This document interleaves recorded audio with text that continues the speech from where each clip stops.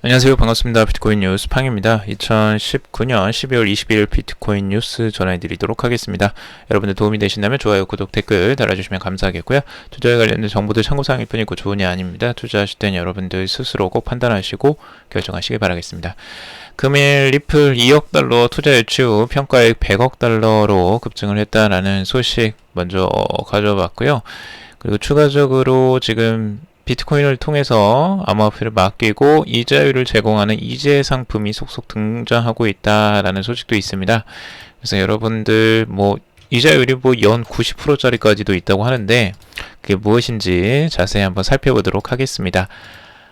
기대해 주시고요. 바로 한번 시작해 보도록 할게요. 자, 우선 리플 2억 달러 투자 유치 후에 평가액이 100억 달러로 급증했다라는 소식입니다. 비트코인의 아성에 도전하는가라는 아주 자극적인 기사가 나왔는데, 지금 글로벌 블록체인 스타트업이죠. 시가총액 3위의 암호화폐인 리플이 2억 달러 규모의 시리즈 C 투자 유치를 완료했다라는 소식입니다. 그래서 이에 따라서 리플사의 평가액은 100억 달러로 급증을 했다라고 하는데요. 해당 라운드는 폐쇄형 투자회사인 테트라곤 주도하에 리플의 주요 일본 파트너인 SBI 홀딩스와 그리고 벤처캐피털 회사인 루트66 벤처스 등이 참여를 했다라고 밝히고 있습니다. 이 SBI 홀딩스는 원래 이제 그 XRP 쪽, 리플 쪽하고 제휴 파트너사죠. 그래서 파트너사에서 이제 추가적인 투자를 하는 것으로 좀 보여지고요. 그 부분이 아무래도 영향을 미친 것 같은데, 이거를 어떻게 봐야 될지 모르겠어요. 정확하게는 이 투자 유치를 했다는 건 굉장히 긍정적이라고 보여지고, 근데 원래부터 이제 파트너사였던 SBI 홀딩스에서 들어온 거기 때문에, 물론 이 벤처 캐피털인 루트66 벤처스라는 이 부분에서 추가적으로 들어왔다는 것들은 또 긍정적으로 바라볼 수 있을 것 같습니다. 우선 추가적으로 투자액이 계속 들어온다는 건 긍정적이라고 할 수 있겠죠. 우선은 자, 여기에 이제 브래드 게링하우스 리플의 최고 경영자가 이런 이야기를 합니다. 블록체인 기업들이 성장 동력을 잃어가거나 서비스를 중단할 때 리플은 2019년 내내 성장세를 토해갔다. 이제 리플의 글로벌 결제 네트워크인 리플렛은 머니그램 등 새로운 전략적 제휴를 포함해 300개 이상의 고객사를 보유하고 있다. 이번에 유치한 투자 자금은 글로벌 인재 영입에 사용될 것이며 이를 통해 증가하고 있는 고객사와 파트너사들에게 보다 나은 서비스를 제공할 것이다 라고 이야기를 하고 있습니다. 그래서 지금 이제 투자 금액들은 인재 유치에 사용을 하겠다라고 지금 이야기를 하는 부분이고요. 계속적으로 제휴를 넓혀가는 흐름들을 보여주고는 있습니다. 그래서 이 리플이 2억 달러 규모의 시리즈 C 투자 유치를 완료했다고 밝힌 뒤에 브래드 게링하우스 CEO는 이 포춘과의 인터뷰에서 내년 리플 네트워크의 거래량이 600% 이상 증가할 것이다 라고 이야기를 했습니다. 그리고 리플사는 현재 전 세계에 300명 이상의 고객을 확보하고 있다. 그리고 내년 고객 수가 30-40% 증가할 것이다 라고 전망을 하고 있습니다. 이에 그는 디지털 위안화 등 각국 중앙은행 디지털 화폐가 위협적인 경쟁 상대가 되지 않겠느냐는 질문에 CBDC는 크로스보더 결제가 아니라 내수 통화에 집중하기 때문에 동요하지 않는다라고 이야기를 하고 있습니다. 그러니까 해외로 이제 국가 간의 그 결제 시스템이잖아요, 리플이. 그래서 이제 그 부분에 집중하고 있는 게 리플이고, CBDC는 아무래도 내수적, 그러니까 국가 내에서 흐르는 이 통화이기 때문에 그 영향을 이제 동요하지 않겠다라고 이야기를 하고 있는데요. 이 부분에 대해서 다른 이제 또 그 반대의 입장들도 있습니다. 뉴스BTC 같은 경우는 리플은 기존의 송금 방식보다 효율적일 수는 있지만 회의론자들은 향후 리플의 역할이 있을지에 대해 의문을 제기한다 라고 이야기를 하고 있고, 실제 중국은 대부분 리플과 같은 서비스를 제공하는 디지털 화폐 전자결제 시스템을 개발 중에 있다. 또 그리고 캐나다 은행과 영국 은행은 CBDC를 검토하고 있다라고 합니다. 그리고 이 밖에 페이스북은 블록체인 기반 지불 시스템인 리브라 프로젝트를 추진 중에 있고 JP모건과 같은 은행들은 스테이블 코인을 출시하고 있다라고 전하고 있습니다. 그래서 지금 현재 추가적인 경쟁 상품들이 계속 출시가 되고 있다라고 이야기를 하고 있고, 이 CBDC들, 국가에서 직접적으로 발행하는 CBDC들이 이제 출연하고 리브라도 나오고 뭐 여러 가지 스테이블 코인들이 출연하면서 이 리플의 자리를 위협하지 않겠느냐라는 그런 내용들이 계속 제기가 되고 있습니다. 과연 리플의 이제 경쟁 상대가 될지, 아니면 리플이 정말 뛰어난 결과를 보이면서 확장을 해나갈 수 있을지 한번 주목해 봐야 될 것 같고요. 그리고 이제 그 리플과 이제 브래드 게링하우스 CEO의 열성에도 불구하고 XRP의 가격은 올해 1월 1일 이후 약 50% 하락하는 등 부진을 빚지 못하고 있다라고 이야기를 하고 있는데, 특히 리플과 XRP에 대한 가장 큰 위협은 CBDC나 스테이블 코인이 아닌 비트코인이 될 것이다. 그리고 실제 비트코인 가격은 올해 50%가량 상승하며 거의 모든 전통적인 자산 클래스의 실적을 앞질렀다라고 덧붙이고도 있습니다. 그래서 이 부분에 대한 이제 우려들이 나오기도 하고, 아니면 리플은 더 성장할 것이다 라고 이렇게 전망하는 추세들도 있습니다. 여러분들이 한번 리플의 흐름들 여러분들이 한번 보시고요. 여러분들만의 시각을 한번 가져보시면 좋을 것 같습니다. 각자 생각은 다 다를 수 있으니까요. 자, 그리고 암호화폐 맡기고 보상받으세요. 다양한 이재 상품이 속속 등장한다라는 소식인데요. 지금 암호화폐를 예치하면 이자 수익을 돌려주는 이재 상품이 암호화폐 금융인 CFI의 새로운 트렌드로 떠오르고 있다고 합니다. 이 이재 상품, 그러니까 암호화폐를 맡기면 이자를 돌려주는 거예요. 이자 수익을 주는 건데, 이 이재 상품은 중국 시중은행들이 일반 투자자들을 대상으로 판매하는 금융상품이라고 합니다. 그리고 투자금을 예치하고 만기 시에 이자와 원금을 돌려받는 구조로 이 머니마켓 펀드와 유사한 구조라고 하는데요. 이 많은 투자자가 스테이킹 보상이 없는 암호화폐를 보유했더라도 이자를 받을 수 있는 이재 상품에 관심을 보이고 있고, 이제 막 등장한 암호화폐 이재 상품은 아직 정형화된 구조는 없다고 합니다. 그래서 각각의 구조가 정말 다 다양하고, 여기에는 뭐 규제도 아직까지는 명확하게 있지 않은 상황입니다. 최고 연 90% 이상의 이자를 지급하는 이 매트릭스 스포트라는 게 있다고 하는데요. 비결은 고정 가격이라고 합니다. 자, 이 매트릭스 스포트는 비트메인 수장인 우지항과 CEO를 역임한 거위애성이 비트메인 출신 직원과 함께 싱가포르에 설립한 암호화폐 금융기업인데요. 이 매트릭스 스포트는 기존 이재 상품을 암호화폐 시장에 맞춰서 재설계한 듀얼 커런시 이재 상품을 운영하고 있다고 합니다. 듀얼 커런시는 이제 만기 이자로 지급하는 비트코인과 테더 두 가지 암호화폐를 뜻하는데, 예치 가능한 암호화폐는 비트코인 하나라고 합니다. 이 매트릭스 스포트는 예치된 비트코인을 활용해서 선물 거래에 투자하고 이를 통해 수익을 창출한다라고 하고 있습니다. 자, 이게 그러니까 이 수익을 창출하는 이제 방식이 중요한 건데요. 각기 다른 일자에 발행되는 이재 상품에는 각기 다른 고정 가격이 설정되어 있습니다. 그래서 상품 만기 당일에 비트코인 시세가 고정 가격보다 낮으면 원금과 이자를 비트코인으로 지급하고요. 이 고정 가격보다 비트코인 시세가 높을 경우에는 테더로 원금과 이자를 돌려받는다고 합니다. 그러니까 고정 가격이 예치 당시 시세보다 높을수록 상품 이자율은 낮아지는 패턴인데, 이게 이제 뭐냐면 결국에는 비트코인 시세가 낮아졌을 때, 시세가 낮아지면은 어떻게 되겠어요? 비트코인의 가치는 떨어지죠. 근데 비트코인의 가치가 떨어졌는데 비트코인으로 주는 거예요. 자, 이게 재미난 거죠.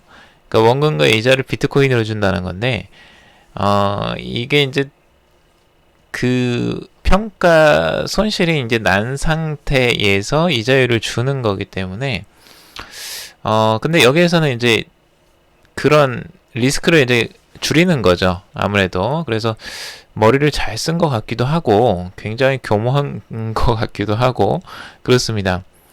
아무튼 여기에서 이제 그 비트코인이 만약 이제 시세 상승을 하면 비트코인으로 받고 싶을 거 아니에요. 비트코인의 가치가 높아졌으니까. 근데 비트코인으로 안 주고 이제 테더로 주는 겁니다. 그래서 그 시세에 대한 원금과 이자를 돌려받게 되는데 결국에는 그 시세의 차익은 못 돌려받는 거예요. 그러니까 거기에 대한 고정적인 이자만 받을 수 있는 겁니다. 그래서 이게 이제 파생상품 형태이긴 한데 굉장히 교묘하다라고 할까? 뭐 그런 좀 생각이 들긴 합니다. 자, 그래서 이제 높은 이자율을 제공한다고 하는데요. 이 매트릭스 포트 같은 경우는 낮게는 연 20%에서 높게는 연 90%의 이자를 지급한다고 합니다. 이 만기 전이라도 언제든지 이제 상품을 중도 구매할 수도 있고 이자는 본인이 상품을 구매한 날짜부터 만기일까지 일수를 계산해서 지급한다고 합니다. 정해진 예치 기간이 따로 없는 구조라고 하고 있고요. 이런 높은 이자율은 결국에는 이제 듀얼 커런시라는 요 방식 때문에 이제 가능해진다고 합니다. 그래서 이런 부분들을 꼼꼼하게 따져보지 않으면 오히려 여러분들이 손해를 볼 수도 있기 때문에 여러분들 그런 부분들을 좀 참고적으로 보면 좋을 것 같아요. 왜 그러냐면 이런 이자보다 시세의 변동으로 인해 수익이 더 커질 수도 있거든요. 그러니까 오히려 그 손실이 날 가능성들이나 뭐 이런 것들을 좀 줄이고 내가 안전하게 좀 수익을 내고 싶다라고 하시는 분들은 뭐 이제 상품에 관심을 가질 수 있는데 아직까지는 초기 단계라서 이 부분이 완전하지는 않습니다. 그리고 언제든 또 그 뭐 보장이 완벽하게 되는 건 아니거든요. 이 국가에서 뭐 지원해 주는 것도 아니고 그걸 보험을 들어주는 것도 아니기 때문에 여러분들이 이제 상품 투자는 조금 더 그 꼼꼼하게 따져보고 해야 될 것 같습니다. 국내에도 이제 이런 이제 상품이 있다고 하는데요. 이 한비코에 이제 불닥스라는 게 있다고 합니다. 불닥스는 이제 비트코인뿐 아니라 이더리움, 이오스, 리플 등 다양한 종류의 암호화폐를 예치금으로 받는다는데 연 이율은 예치 기간과 상품에 따라서 다르다고 합니다. 그래서 예치 기간은 최단 2주에서 최장 3개월까지 설정이 가능하고 비트코인은 14일 예치 상품의 연이율은 12%로 상품 중 가장 높다고 하는데 12%는 조금 뭐 높긴 높지만 예금 이자율이 높지만 암호화폐의 그런 리스크를 지고 가는 것에 비해서는 뭐 그렇게 크게 보이지는 않는 방식이긴 합니다. 자, 그리고 지금 이제 비트코인의 단기적인 가격 전망들 같이 한번 살펴볼 건데요. 우선은 이제 봇 J11 닉네임을 쓰는 이제 암호화폐 트레이더의 분석인데 이 암호화폐 트레이더는 지금 현재 불 플래그 패턴이라고 보고 있습니다. 그래서 반등세가 이렇게 쭉 나오고 여기에서 이제 깃발 모양이 나오는 거죠. 그래서 지금도 반등이 나오고 이 깃발 모양으로 지금 완성이 되어 가고 있다라고 보고 있고 이렇게 살짝 아래로 향하는 이 깃발 모양이 있고 난 다음에 보통 이렇게 추가적인 상승세가 나온다라고 이제 보고 있는데 이 불 플래그 패턴으로 보면 여기에서는 이제 순간적으로 추가적인 상승세가 또 나올 것이다 라고 분석을 하고 있는 겁니다. 자, 그리고 디라브러브의 분석인데요. 이 디라브러브는 이제 비트코인 시세가 지금 아직 방향성을 잡지는 못했다라고 보고 있어요. 그래서 한쪽 방향성을 잡는데 기준선들이 있고 그 기준선이 이제 두 가지로 볼 수 있는데 위쪽에 저항선을 작용하고 있는 7,350달러 선 이 이상을 깨고 올라가야지 위쪽으로 방향을 잡았다라고 보는 거고요. 그리고 이 밑에는 지금 두 가지 이동평균선이 있는데 100 이동평균선이랑 200 이동평균선입니다. 지금 이 두 가지 이동평균선이 겹쳐있는 이 구간을 뚫고 내려가게 된다면 추가적인 하락세를 내다봐야 된다라고 보고 있어요. 그래서 6,500달러까지 이 전 저점까지도 이 내려가는 것들을 염두에 두고 있죠. 그래서 추가적으로 지금 아직까지 방향성이 나오지 않는 상황에서 이 기준점을 정해놓고 이제 투자를 바라봐야 된다라는 분석 중에 하나입니다. 자, 그리고 조슈레이거의 분석인데요. 조슈레이거가 지금 보는 것들은 이 다운 트렌드가 계속 이어지고 있다라고 하는데요. 결국에는 이 다운 트렌드를 벗어나기 위해서 이 반전이 일어나기 위해서는 7,950달러 선에서 8,000달러 선을 넘어서야지만 가능하다라고 보고 있어요.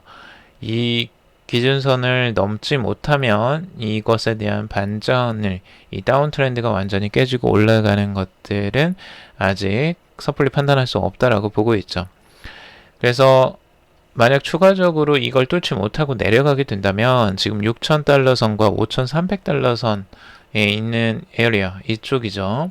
이 구간들은 이제 그 바이어들을 위한 구간이다. 여기에서는 이제 중요하게 매수 구간이 될 수 있다라고 보고 있는 것 같은데 여기가 이제 저점이라고 보는 거죠. 조슈레이거 같은 경우는. 그래서 추가적인 하락세가 나오더라도 이 구간 안에서 어느 정도 저점을 만들고 이제 갈 것으로 지금 조슈레이거는 전망을 하는 것으로 보여집니다.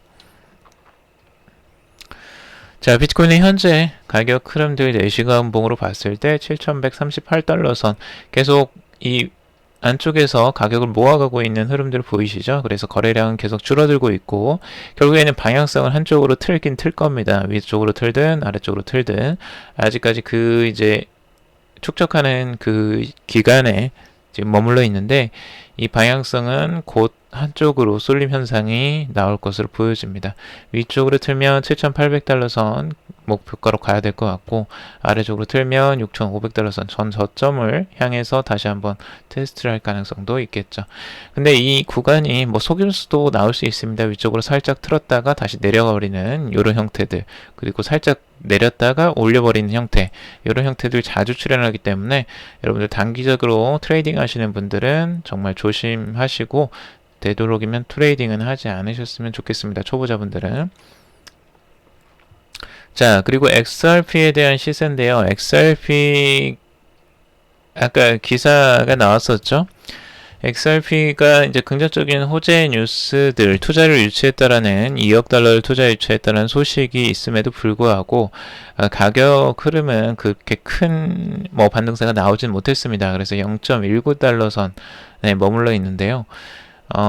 좀 안타깝죠. 지금 이런 호재들에 아직 XRP가 반응하지 않는 부분들은 좀 안타깝게 생각이 들고 전체적으로 알트코인 시장 자체가 좀 가라앉는 분위기긴 하는데 이런 호재들에도 반응이 좀 나오면 전체적으로 그 좋은 에너지를 줄 것 같은데 안타깝게도 그런 부분들은 나오지가 않았습니다.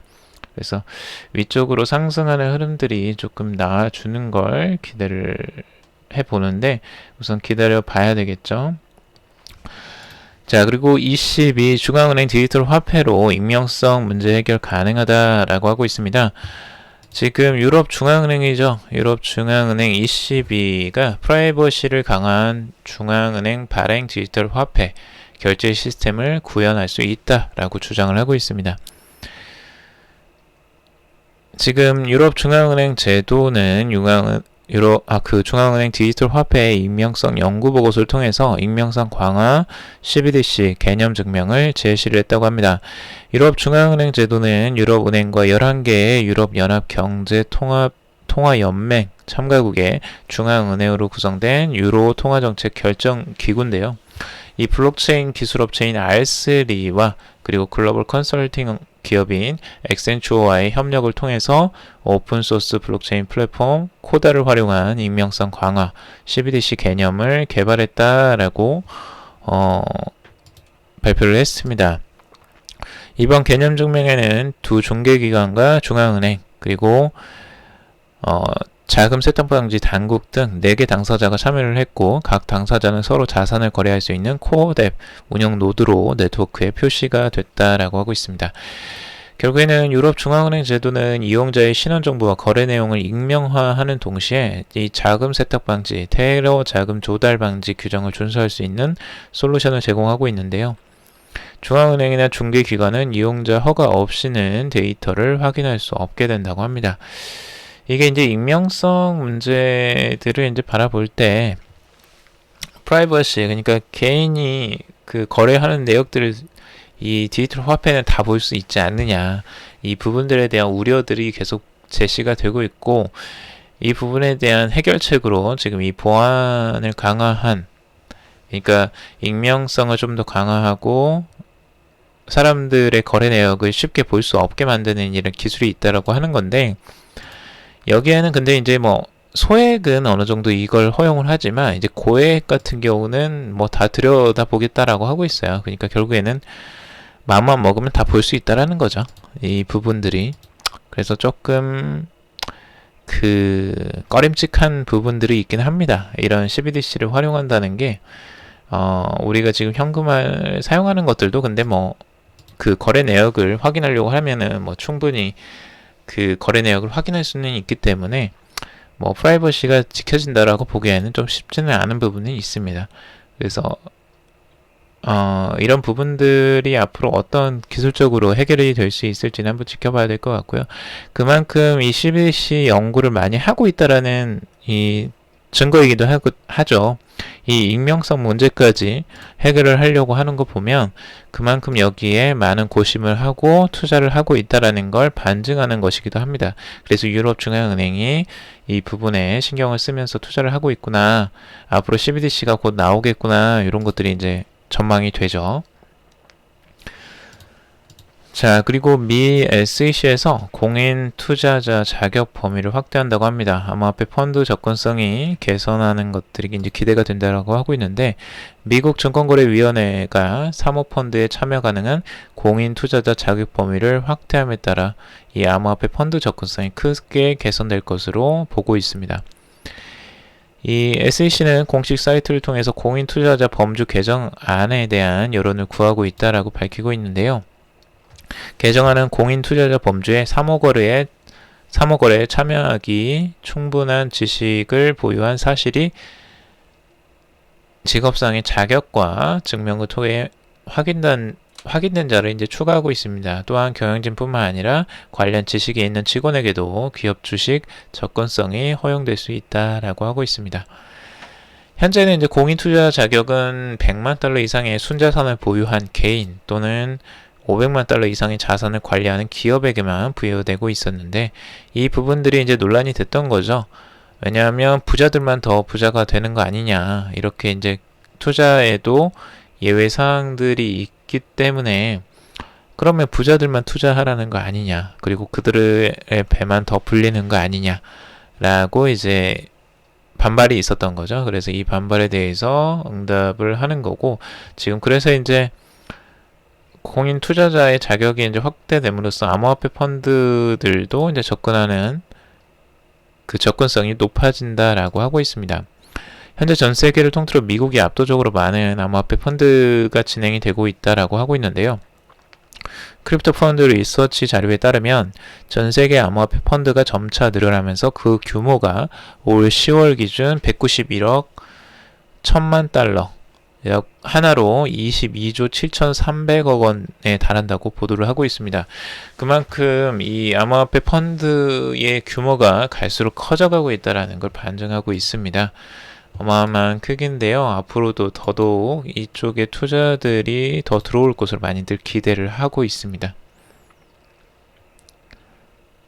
자, 그리고 미 법무부 보고서에서 몰수 암호화폐 가치를 코인마켓 캡 시세를 참고한다라는 소식도 있는데요. 실제 이제 법무부 보고서에 따르면 이 몰수한 이제 암호화폐 자산 가치를 측정해야 되는데, 이 자산 가치를 어떻게 측정할 것이냐, 여기에서 이제 보고서에는 코인마켓캡 보고 한다라고 나온 거예요. 근데 이게 이제 공개적으로 어떤 공인된 이 지수나 이런 가격에 대한 그 내용들이 없기 때문에 이 법무부도 뭐 그러겠죠. 미국의 법무부도 결국에는 참고할 자료들, 가장 인기가 많은 이 암호화폐 사이트인 이제 코인마켓캡을 참고적으로 활용하는 건데, 이 코인마켓캡의 시세가 모두 정확하게 맞다라고는 또 하진 않습니다. 여기에 대한 비난도 하고 있고 비판도 많이 하고 있는데, 뭐 참고할 게 여기밖에 없으니까 또 그러겠죠. 어떤 한 곳의 거래소를 또 정하는 것도 쉽지가 않기 때문에. 그래서 아무튼 많이들 혼란스러운 상황인 것 같아요. 지금 현재 뭔가 잡히지 않아 있는 아주 불안정한 상황이지만, 그렇기 때문에 또 기회가 있을 수도 있는 거겠죠. 자, 그리고 프랑스 최초 규제 승인 ICO 암호화폐 공개가 나왔다라는 소식입니다. 프랑스의 규제 감독 기관의 승인을 받은 첫 ICO가 진행되었다라고 하고 있는데요. 이 금융감독원은 프랑스의 금융감독원입니다. 암호화폐 펀딩 플랫폼 개발사인 프렌치 ICO에 처음으로 ICO 진행을 허가했다라고 공식 사이트를 통해서 발표를 했습니다. 프랑스 금융감독원이 세계에서 6개 ICO 후보 기업과 논의를 진행하고 있다라고 보도한 바 있는데요. 금융감독원은 프랑스에서 ICO는 합법적인 활동이기 때문에 규제 승인 없이도 진행이 가능하지만, 기관의 승인을 받은 프로젝트는 일반 대중에게도 상품을 직접 판매할 수 있게 된다라고 설명을 하고 있습니다. 그래서 토큰 발행 업체가 아닌 제한된 ICO에 대한 승인이라는 점을 이제 강조하고 있고요. 금융감독원에서는 뭐 여기에 대한 기준들도 몇 가지가 있는데, 아무튼 ICO를 이렇게 규제를 승인해줘서 나오는 최초의 ICO이기 때문에 또 의미가 있는 것 같습니다. 앞으로 국가에서 이렇게 금융감독원에서 직접적으로 허가를 해주는 ICO들이 늘어난다면 암호화폐 시장에 조금 더 활력을 주는데 큰 역할을 하지 않을까라는 생각도 드네요. 자, 오늘 여기까지 정리를 해봤습니다. 여러분 도움이 되셨길 바라고요. 도움이 되셨다면 좋아요, 구독, 댓글 달아주시면 감사하겠습니다. 투자에 관련된 정보들은 참고사항일 뿐입니다. 좋으니 아니니 투자하실 때 여러분들 스스로 꼭 판단하시고 결정하시길 바라겠습니다. 금일도 방송 들어주셔서 정말 감사합니다.